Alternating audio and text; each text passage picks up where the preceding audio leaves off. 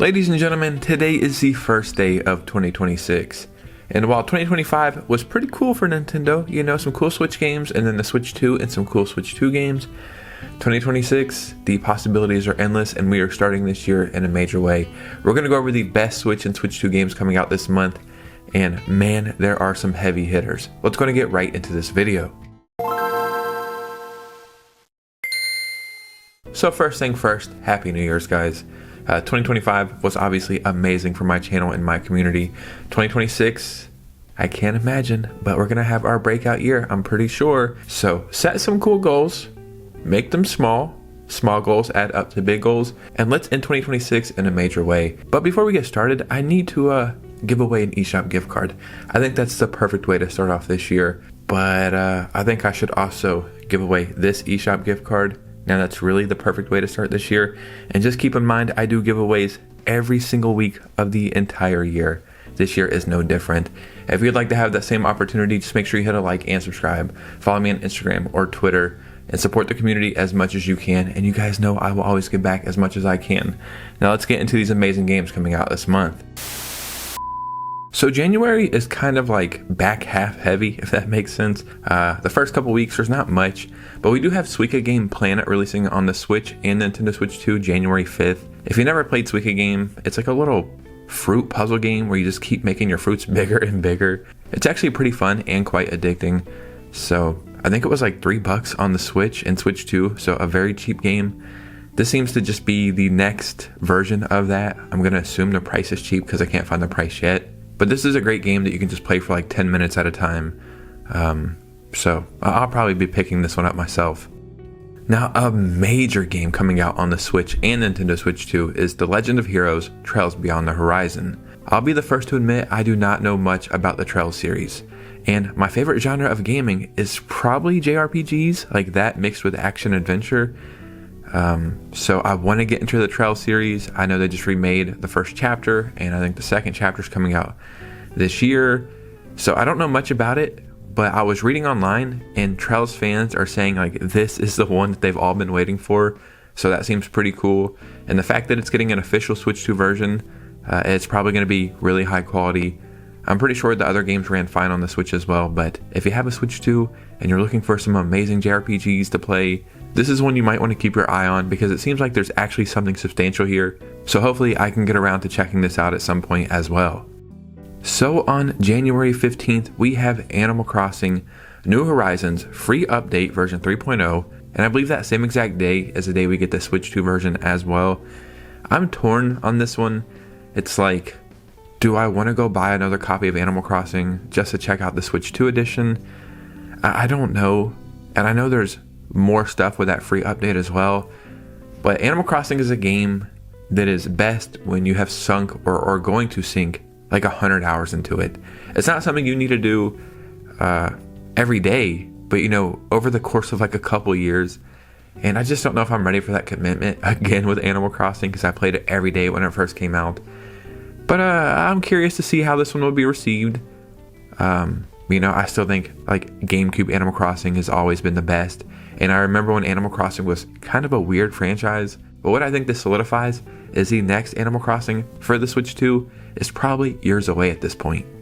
A really interesting game called MIO Memories In Orbit is coming out January 20th, and this is only on the Switch 2.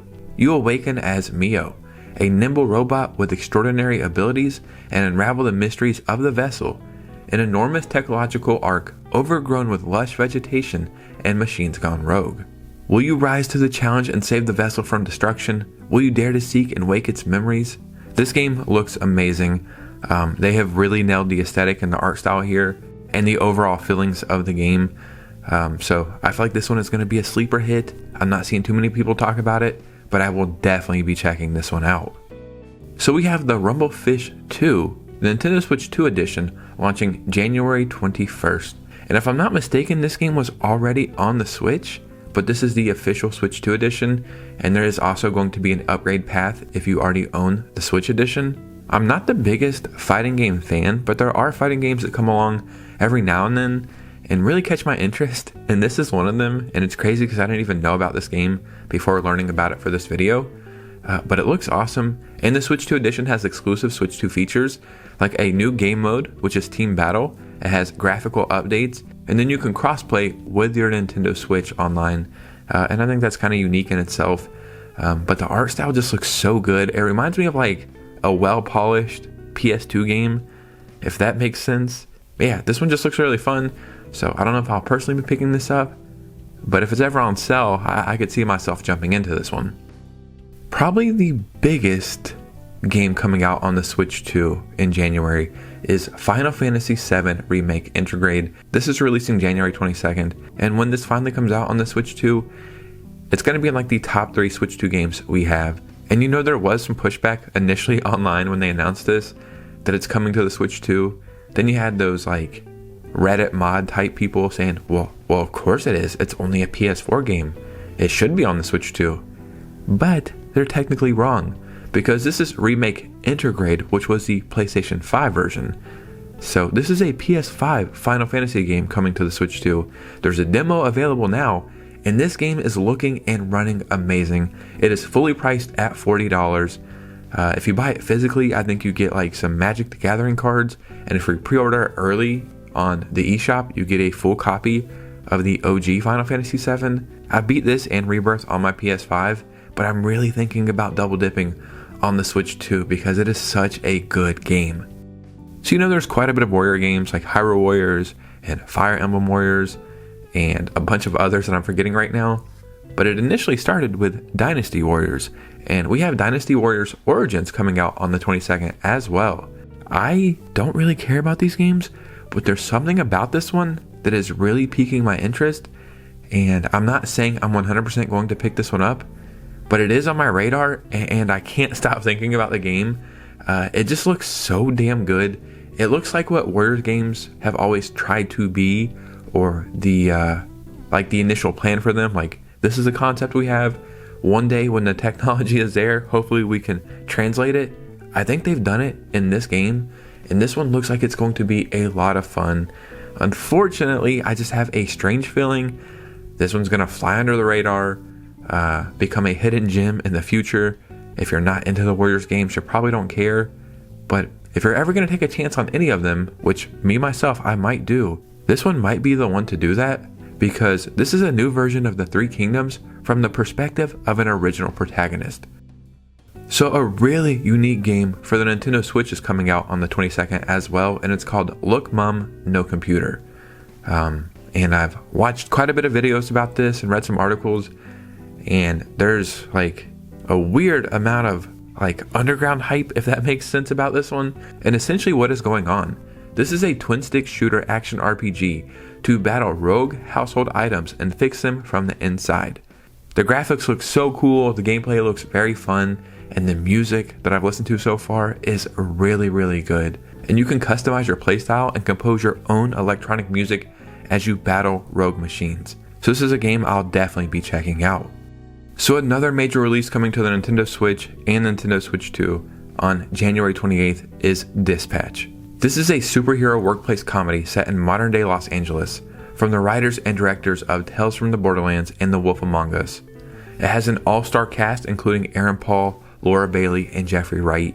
You play as Robert Robertson, aka Mecha Man, whose mech suit is destroyed in a battle against his nemesis, forcing him to take a job at a superhero dispatch center, not as a hero, but as a dispatcher. If you know anything about this game, you know the hype is incredibly high here, and I'll be honest, I'm not like the biggest Tales of the Walking Dead, Borderlands, Batman, any of those Tales games. I really don't get into them that much, but I think this one has its own unique spin on it, and it looks really, really good. So I have a huge backlog, but I will definitely be getting around to this one at some point. And a really, really cool game that was announced over 3 years ago is The Perfect Pencil. This is coming to the Nintendo Switch on January 29th. The Perfect Pencil is a surreal action platformer which tells the tale of personal development and the psychology of fear. Join protagonist John as he awakens in a bizarre hand-drawn kingdom and comes face to face with the terrors that dwell in the last place he would have thought to look. Go off the beaten path and discover numerous side quests dotted throughout the world. You never know what you might find. both dark and comforting surreal landscapes filled with secrets, surprises, and peculiar personalities are waiting to be unraveled. The graphics, kind of, and the music, which you can't hear, but I was watching some stuff about it. At first, it gives you like an overwhelmingly positive vibe. But then the more you learn about the game and the more it goes on and the more you read into it, it's kind of like a huge psychological twist in the way it makes you feel. And like I said earlier, this was announced 3 years ago. So they have been fine-tuning this and perfecting it. I feel like it might go under the radar, but I also think this one has a chance to be a breakout hit. Ladies and gentlemen, all things considered, the games we have coming out in January, not a bad way to start 2026, and this is just a start, right?